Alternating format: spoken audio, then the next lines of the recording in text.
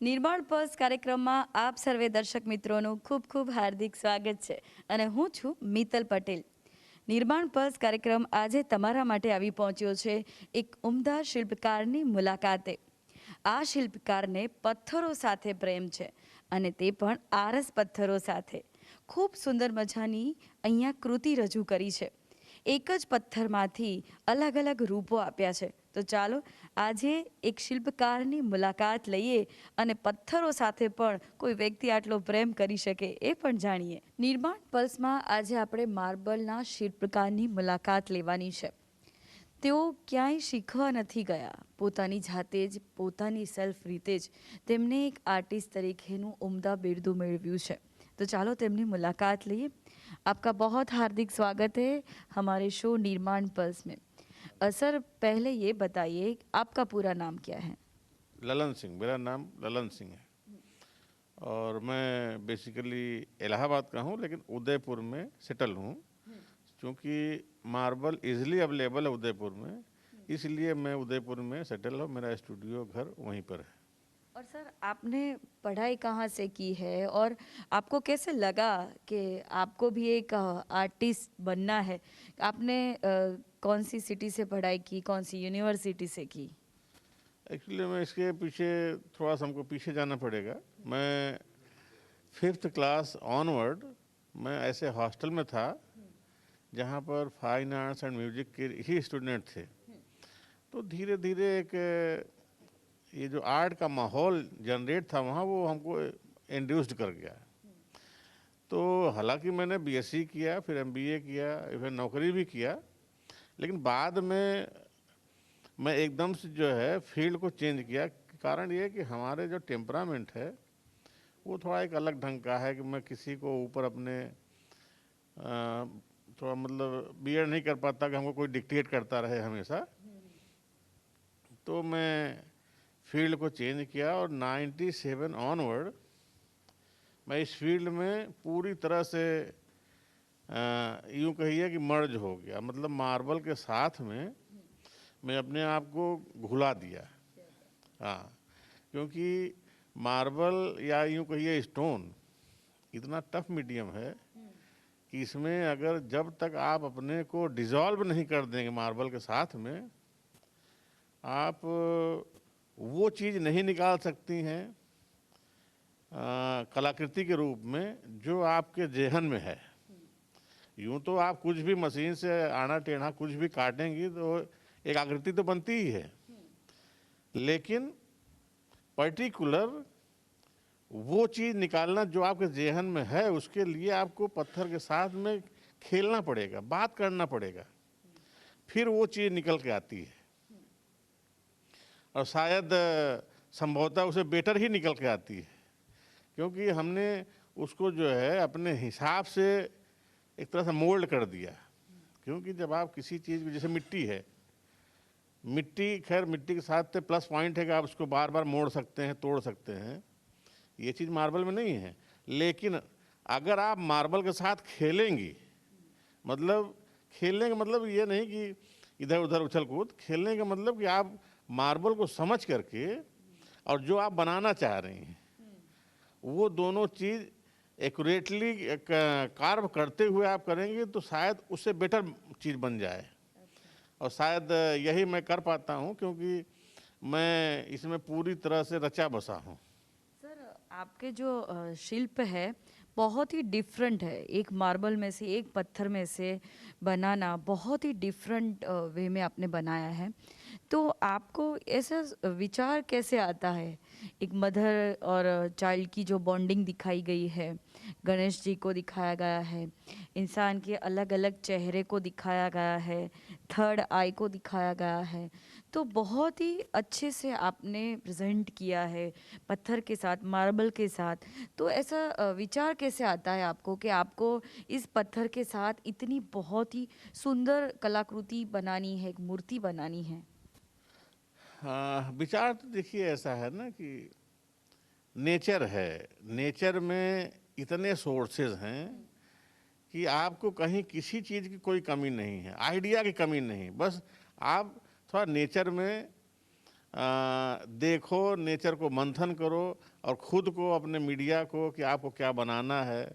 तो तरह तरह के आइडिया डेवलप होते रहते हैं और आपको क्या बनाना है पर्टिकुलर उस चीज़ को लेकर आप उसको फॉर्म को डेवलप करो।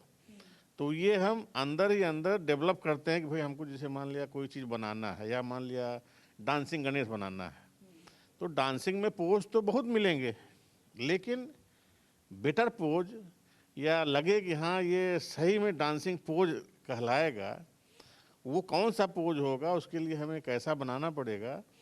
तो वो सोचते सोचते एक पर्टिकुलर इमेज हमारे अंदर में वो कंप्लीट हो जाती है। जब वो इमेज कंप्लीट हुई तब उसके हिसाब से हमने पत्थर खोजा और कार्विंग करना शुरू किया, और कार्व करते करते करते धीरे धीरे इमेज जो है बाहर आना शुरू होता है। तब लास्ट में वो एकदम से लगेगा कि हाँ वो डांसिंग गणेश जी जो है, आपको लगेगा कि हाँ ये डांसिंग गणेश बन पड़े हैं। और उसमें ब्लैक पत्थर भी है, और उसमें जो डांसिंग गणेश जी है उसमें नीचे जी गणपति जी के जो पहनावा है बहुत ही सुंदर बनाया गया है। तो एक ही पत्थर में से जो दूसरा वे भी दिखता है, तो एक ही पत्थर में से कैसे बना लेते हो सर? नहीं, एक्चुअली में क्या, ये तो ब्लैक मार्बल होता है, इसकी क्वालिटी होती है। अगर ब्लैक मार्बल को आप चिजलिंग कर दें, मतलब खुरदुरा कर दें, तो हल्का सा ग्रे जैसा दिखता है। अगर आप उसको चिकना करके पॉलिश कर दें, क्योंकि ब्लैक मार्बल का कलर ही ब्लैक होता है, तो वो काला हो जाता है। तो ये जो कंट्रास्ट है, मतलब ग्रे और ब्लैक, इसको हम अपने स्कल्पचर में यूज करते हैं। और कैसे यूज करना, कहाँ यूज करना, ये तो डिपेंड करता है स्कल्पचर के ऊपर। अब जैसे गणेश जी का है जो पहनावा है धोती का, तो उसमें लाइनिंग के थ्रू, बारीक लाइनिंग जो है, एक पर्टिकुलर पैटर्न से लाइन को घुमाते हैं तो लगेगा कि हाँ ऐसे कपड़ा घूमा हुआ है, धोती पहना हुआ है। तो वो करना पड़ता है, वही ग्रे हो जाता है और ब्लैक हो जाता है, ये कंट्रास्ट ही उसमें आनंद देता है। तो सर यहाँ पे आपने कितने शिल्प लगाए हैं? यहाँ पे लगभग 36 हैं इस समय, 36 स्कल्पचर्स डिस्प्ले हैं, जिसमें कई वैरायटी के हैं। कुछ गणेश जी के हैं, प्रतिमाएं हैं, कुछ डिफरेंट टाइप के हेड्स हैं, कुछ मशरूम्स हैं, बर्ड बाथ हैं, और ये कछुओं की फैमिली है अच्छी खासी। वो तो बहुत ही सुंदर दिखाई गई है आपने। हाँ, पूरा फैमिली हमने बनाने की कोशिश किया है, समझौता बना भी है। और एक कुछ और भी है, डांसिंग लेडी वगैरह भी है, मदर एंड चाइल्ड है, 3-4 तरह के। और सर आपकी फैमिली आपको कितना सपोर्ट देती है? फैमिली तो खैर सपोर्टिव है ही, लेकिन अब फैमिली में चूँकि मदर फादर हमारे हैं नहीं इस समय, तो एक तरह से इंडिपेंडेंट ही जो चीज़ जो हैं वो हम ही को करना पड़ता है। डिसीजन मेकिंग है जो भी है, अपने को ही अपने से सरवाइव करना है। उसमें परिवार का कोई खास रोल नहीं है, लेकिन परिवार के सब लोग हैं, लेकिन सब अपने अपने ढंग से सेटल रहे हैं, तो उससे कोई खास पारिवारिक ऐसा कुछ नहीं है। और सर आज की जो युवा पीढ़ी है उसको आप क्या मैसेज देना चाहोगे? आपने इतने साल आर्ट में है और आप बहुत ही उम्दा आर्टिस्ट हो, और एक पत्थर के साथ जुड़े हुए हो, मार्बल आर्टिस्ट हो। आज तक हम लोगों ने कई आर्टिस्ट से मुलाकात की, लेकिन आप अनोखे आर्टिस्ट हो। ऐसा कोई आर्टिस्ट हमें नहीं मिला आज तक कि जो एक ही पत्थर में से इतनी बहुत ही सुंदर मूर्ति बनाए, वो भी मार्बल में से। कई आर्टिस्ट से हम मिलते हैं, घूमते हैं, लेकिन एक ही पत्थर में से बनाई हुई इतनी बहुत सुंदर कलाकृति आज हमने देखी है। तो सर युवा धन को क्या मैसेज देना चाहोगे आप, जो आर्टिस्ट है, आर्ट फील्ड में आ रहे हैं, शिल्पकार बनना चाहते हैं? हाँ, ये थोड़ा सा क्वेश्चन जो है इस समय टाइम के हिसाब से रिलेबल है। मेरा कहना इसमें बहुत सीधा है, क्योंकि ये स्कल्पचर फील्ड में मीडिया कई है। कुछ थोड़ा आसान मीडियम है, कुछ थोड़ा टफ है। तो जिस बंदे को टफ लगे, या जिसको मान लिया स्कल्पचर में आना है कि भाई हम ये मार्बल में या पत्थर में करेंगे,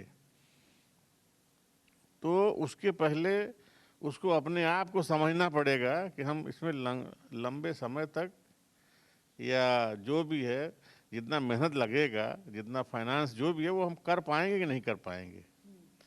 क्योंकि हमने पिछले कुछ सालों में देखा है इस चीज़ को।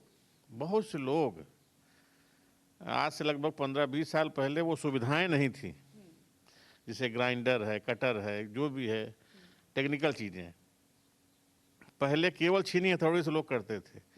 तो लोग बहुत कम इस फील्ड में आते थे। जैसे ही थोड़ा सा टेक्निकल सपोर्ट मिलने लगा, एकदम से इस फील्ड में भी बाढ़ आ गई। लेकिन सब धीरे धीरे लोग ऐसे हटते गए जैसे वो आटा से चलनी छाल के वो निकाल देते हैं भूसी, उसी तरीके से सब लोग बगल हो गए। कारण ये कि लोग शुरू में ये सोचे कि यार हम करेंगे, अच्छा कमाएंगे या जो भी है, लेकिन ये मीडिया बहुत ही टफ है। इसमें जब तक आप अपने आप को इस पत्थर के साथ में मर्ज नहीं कर देंगे, या यूं कहिए कि पत्थर के साथ आप दिल नहीं लगाएंगे, तब तक वो दिलदार की तरह आपका सपोर्ट नहीं करेगा। समझ रहे हैं? इसलिए मार्बल में खास करके, मार्बल हो या स्टोन हो, ये मीडिया टफ है। हाँ, जिसको आना हो आए शौक से, लेकिन उसके पहले अपने आप को इतना तैयार करके आए कि हाँ हमको इसमें करना है, जो भी होगा परिस्थिति चाहे जो हो करेंगे, तब तो वो सरवाइव कर सकता है। बाकी इस मीडिया में सरवाइव करना आसान नहीं है। Thank you so much sir कि आज अहमदाबाद की गुफा में हम आए हैं और बहुत ही सुंदर कलाकृति शिल्प हमें आज दिखने मिल रहे हैं। सर ये शिल्प है तो ये क्या दिखाने की कोशिश की आपने? ये एक तरह से मदर एंड चाइल्ड है। जैसे एक मदर का फॉर्म है, छोटा सा बच्चा है, मदर एंड चाइल्ड हमारे इसमें तीन पीस है, एक सामने भी है, इधर भी है, लेकिन तीनों के डिजाइनिंग में अंतर है, लुक में अंतर है। हाँ, तो वो जैसा हमने उसमें कार्व किया है, एक छोटा सा बच्चा है, वो मदर के ग्रेव में वो मतलब खुशी से चहल कूद कर रहा है, उस तरह का एक स्कल्पचर बनाने की कोशिश किया है। और सर ये बहुत ही सुंदर है, ब्लैक का जो पत्थर है उसमें से बनाया है। हाँ, ये बर्ड फॉर्म है। यूँ जैसे बर्ड का जो पंख ऐसा एक पर्टिकुलर रिदम में ऊपर की तरफ घुमा होता है, और उसका चोंच जो है उसमें पंखे में कभी कभी वो खुजली करते हुए पंखे के अंदर अपना जो है मुंह डाल लेते हैं। तो उस तरह का फॉर्म कुछ क्रिएट करने की कोशिश किया गया है। और सर यहाँ पे भी बहुत ही सुंदर है, शिल्प है आपके, तो ये बर्ड फॉर्म ही है। हाँ, ये भी बर्ड फॉर्म ही है, इसमें कोई दो राय नहीं है। बस सभी का डिजाइनिंग या यूं कहिए कि उसका ट्रीटमेंट थोड़ा सा अलग हो जाता है, इसकी वजह से थोड़ा सा फॉर्म में चेंज आ जाता है। और सर यहाँ पे भी जैसे थर्ड ये आई एक दिखा थर्ड आई है। अब ये हमारे हिसाब से मैंने इसको नाम दिया है कि ये थर्ड आई है। बहुत से लोग कुछ और भी इसको बोलते हैं कि भाई नहीं ये तो कुछ और दिख रहा है। तो होता क्या है ना, हर लोगों का नज़रिया अलग अलग है। बहुत से लोग कुछ टाइटल देते हैं, बहुत से लोग कुछ टाइटल देते हैं, लेकिन हमारे हिसाब से ये थर्ड आई है। उस जिसे होता है ना शंकर भगवान का एक त्रिनेत्र खुल जाए तो, हाँ, तो उसी तरह है। ये है डांसिंग लेडी, एक पर्टिकुलर फॉर्म है। जब कोई भी डांसर डांस करता है तो तरह तरह के पोज, बॉडी मूवमेंट से जो है डिपिक्ट होते हैं। तो पर्टिकुलर एक मूवमेंट उठा लिया और उसको जो है पत्थर में कार्व करने की कोशिश किया, और संजोग से अच्छा बन भी गया है। बहुत ही सुंदर। हाँ, और यहाँ पे भी आपने बहुत ही सुंदर स्कल्पचर बनाया है। ये थोड़ा सा जो है मॉडर्न आप इसको कह सकती हैं। वैसे नाम इसका सेंटिनल है। सेंटिनल मीन्स होता है प्रहरी या सिक्योरिटी, या जो आदमी सेना से संबंधित आदमी होता है। पुराने ज़माने में होता था जो उनको शरीर पर काफ़ी कुछ लोहा लक्कड़ पहनाया जाता था, तो उस हिसाब से ये थोड़ा बनाया हुआ है। सर एक ही पत्थर में से सब एक बनते ही पत्थर है ये, यहाँ से यहाँ तक ये सिंगल पीस है। हाँ, सर कभी ऐसा होता है कि जब आप करते हो, कार्विंग करते हो, तो पत्थर डैमेज होता है। अगर मिट्टी से बनती है या कोई वुडन से बनते हैं तो उसमें तो कुछ हो जाता है, लकड़ी में भी हो जाता है।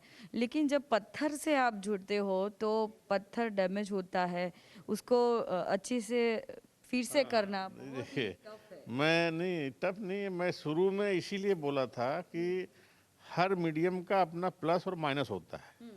जैसे लकड़ी है, लकड़ी में आप कितना भी अंदर तक कार्विंग करेंगे, लकड़ी टूटेगा नहीं, क्योंकि वो उसका रेशा या जो भी है वो अलग ढंग का पकड़ होता है।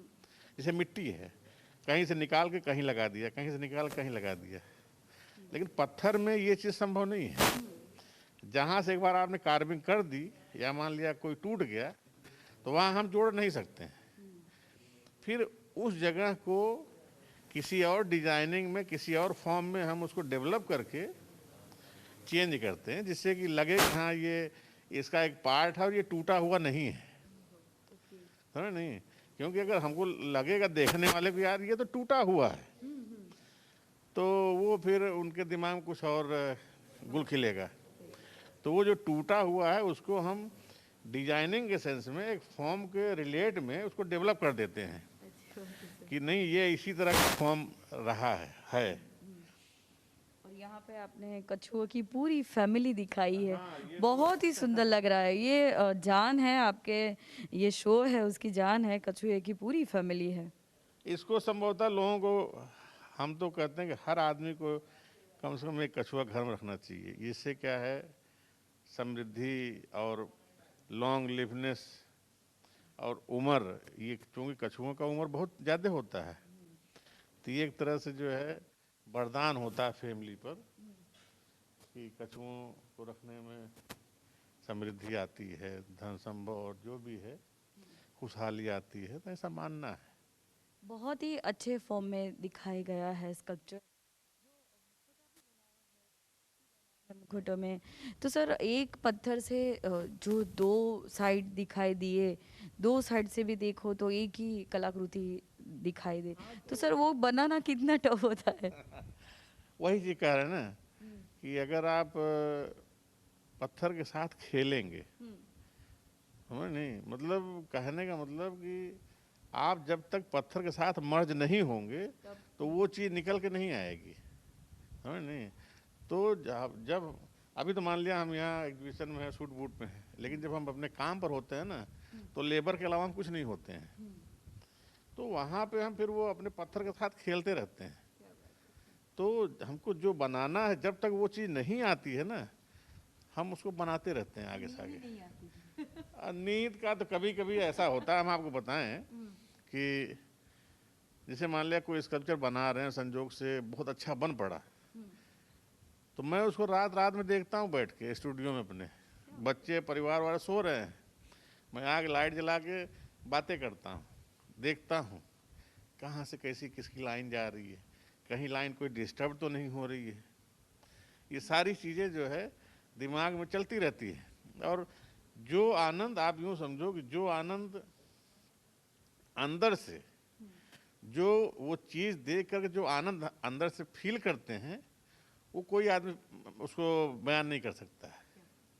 बहुत ही अच्छी बात बताई सर आपने कि जो आनंद अंदर से आता है वो इंसान बयां नहीं करता। और ये उदयपुर से आए हुए हैं, अहमदाबाद में एग्जीबिशन किया है, और आपके बारे में ये बताना चाहूँगी कि आपने प्यार पत्थरों से किया है। बहुत ही अच्छी कलाकृति है, आप भी देखिए, निर्माण पल्स माध्यम के साथ देखिए। मैं यही कहना चाहूँगा कि मेरा अंतिम, या यूँ कहिए कि शुरुआत या लास्ट, शुरू का प्यार या अंतिम प्यार मेरा यही है। અમદાવાદની ગુફાની અંદર આવી પરિસ્થિતિમાં પણ આર્ટિસ્ટને હિંમત આપવા બીજા આર્ટિસ્ટ આવી રહ્યા છે, તેમની કલાકૃતિને નિહાળી પણ રહ્યા છે અને ઇન્સ્પાયર પણ કરી રહ્યા છે. શું નામ છે આપનું? આર્ટિસ્ટ હિરલ શાહ. અને હિરલબેન, આ જે કલાકૃતિ તમે જોઈ, શિલ્પ જોયું, તો તેના વિશે શું કહેવા માગશો? બહુ અદ્ભુત બનાવ્યું છે. કારીગર જે અહીંયા આવ્યા છે આજે, આર્ટિસ્ટ, એમણે બહુ જ, એટલે એમાં જીવ પ્રાણ પૂરી નાખ્યા છે એવું લાગી રહ્યું છે. બહુ જ અદ્ભુત કામ કરેલું છે. સૌથી સુંદર તમને કઈ શિલ્પ ગમ્યું? સૌથી સુંદર કયું શિલ્પ ગમ્યું મને તમને? ટર્ટલ્સવાળા શિલ્પ એમના બહુ જ ગમ્યા. એકદમ બારીકાઈથી આમાં એમણે વર્ક કર્યું છે. અને ગણેશજીની જે બી એમને પ્રતિમા બનાવી છે એ બધી બી મને બહુ જ ગમી. એમાં કંઈક નવીનતા લાગે છે. બ્લેક અને સિલ્વરનું કોમ્બિનેશન જે છે એ ખૂબ જ સરસ લાગે છે. અને એક જ પથ્થરમાંથી બનાવવામાં આવી છે, તો એના વિશે તમે શું કહેશો? તમે એક આર્ટિસ્ટ છો. એક પથ્થરમાંથી બનાવ્યા છે એટલે એમાં અદ્ભુતતા વધારે લાગે છે. કારણ કે આર્ટિસ્ટ જ્યારે કામ કરતું હોય છે ત્યારે એક પથ્થરમાંથી કરવું બહુ જ આકરું પડે છે. જુદા જુદા પથ્થર લઈને તો ઘણા બધા કરી શકે, પણ એક પથ્થરમાંથી કર્યું એટલે બહુ જ નવીનતા લાગે છે. તો આવી જ રીતે બીજા પણ આર્ટિસ્ટો આવી રહ્યા છે, તેમની પાસેથી પણ આપણે જાણીએ. શું નામ છે આપનું? મોનાલી પટેલ. તો તમે પણ એક આર્ટિસ્ટ છો અને તમે અહીંયા આર્ટિસ્ટની મુલાકાત લેવા માટે આવ્યા છો, સાથે સાથે એના શિલ્પની પણ વાત કરી રહ્યા છો. તો સૌથી વધારે કયું શિલ્પ તમને ગમ્યું? મને અહીંયા મશરૂમનું એક શિલ્પ બનાવ્યું છે એમને, જે બહુ જ સુંદર છે. અને જે એમ કહેવાય ને કે ઇમેજિનેશન બી હું મૂકું છું કે ગાર્ડનમાં આ વસ્તુની સાથે કનેક્ટ કરીએ તો એ એક આખી બ્યુટી ગાર્ડનની એ ડબલ થઈ જાય છે. તો ટર્ટલ્સની સાથે પાછી એમને લાઇટ્સ બી અંદર રાખી છે, તો એક યુનિક એમનો થીમ લીધો છે અંદર. તમે પણ એક આર્ટિસ્ટ છો અને એક પથ્થરમાંથી એક શિલ્પ બનાવવું એ શિલ્પકાર માટે કેટલું અઘરું હોય છે. અને એ માર્બલ છે, બ્લેક માર્બલ છે, એમાં પણ એક અલગ ફોર્મ દર્શાવવું.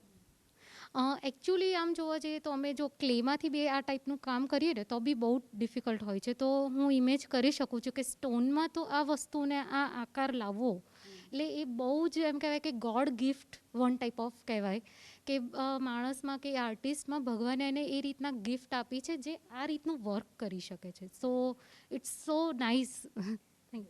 તો એક આર્ટિસ્ટ બીજા આર્ટિસ્ટની વાત કરી રહ્યા છે કે આ એક ગોડ ગિફ્ટ જ કહેવાય કે તમે કોઈ પણ પથ્થર સાથે જોડાઓ અને આટલી સુંદર મજાનું શિલ્પ તમારા હાથે બને. શું નામ છે આપનું? મારું નામ પૌલોમી પટેલ છે. હું એક આર્ટિસ્ટ છું. અચ્છા, તમે પણ એક આર્ટિસ્ટ છો. તો અહીંયા તમે મુલાકાત લીધી શિલ્પકારની, તો સૌથી વધારે કયું શિલ્પ ગમ્યું અને શું કહેવા માગશો? શિલ્પ તો એક પણ ના ગમવા જેવા તો એક પણ નથી, બધા જ ગમે એવા છે કે અને એમણે બધા શિલ્પમાં પ્રાણ પૂરેલો છે. કે દરેક શિલ્પમાં એમ લાગે કે આ શિલ્પ હમણાં બોલી ઉઠશે, કે કહેશે પોતાની જાતે કે મને તરાશીને એક પથ્થરમાંથી તરાશીને મારામાં જીવ પૂરીને મને એક આકૃતિ આપી. એટલે એક જ પથ્થરમાંથી આટલી સુંદર કલાકૃતિ બનાવવાની ખૂબ સરસ કોશિશ કરી છે અને ખૂબ સરસ કલાકૃતિ પણ બની છે. અલગ અલગ ફોર્મ પણ દર્શાવ્યા છે. તો સૌથી વધારે કઈ તમને કૃતિ ગમી? મને સૌથી વધારે કૃતિ એક ગણેશની ગમી. ગણેશના તો બધા જ સ્વરૂપ સરસ છે. એમાં ડાન્સિંગ ગણેશ છે, સિટિંગ ગણેશ છે, એ પણ સરસ છે. બીજું એક મધર અને માતા અને બાળકનું શિલ્પ પણ મને બહુ જ ગમ્યું. તો મિત્રો આવી જ રીતે અનેક આર્ટિસ્ટો આવે છે, મુલાકાત પણ લે છે અને બીજા આર્ટિસ્ટ એકબીજા આર્ટિસ્ટની કદર પણ કરી રહ્યા છે. કોઈ પથ્થરને ચકાસીને તેની અંદર એક સુંદર મજાની મૂર્તિ બનાવી, તેની સાથે કોતરણી કરવી કેટલું બધું અઘરું કામ છે. ઈશ્વરે આપેલી અમૂલ્ય ભેટ કહેવાય અને તે આર્ટિસ્ટને મળેલી છે. ખૂબ સુંદર મજાની કલાકૃતિ આજે નિર્માણ પર્સ કાર્યક્રમમાં આપણે નિહાળી. આવી જ રીતે નિર્માણ પર્સ કાર્યક્રમ તમારા માટે રસપ્રદ માહિતી અને આવી સુંદર મજાની કલાકૃતિ આર્ટિસ્ટ સાથે લઈને આવશે. હવે તમારી દોસ્ત મિત્તલને રજા આપો. આવજો.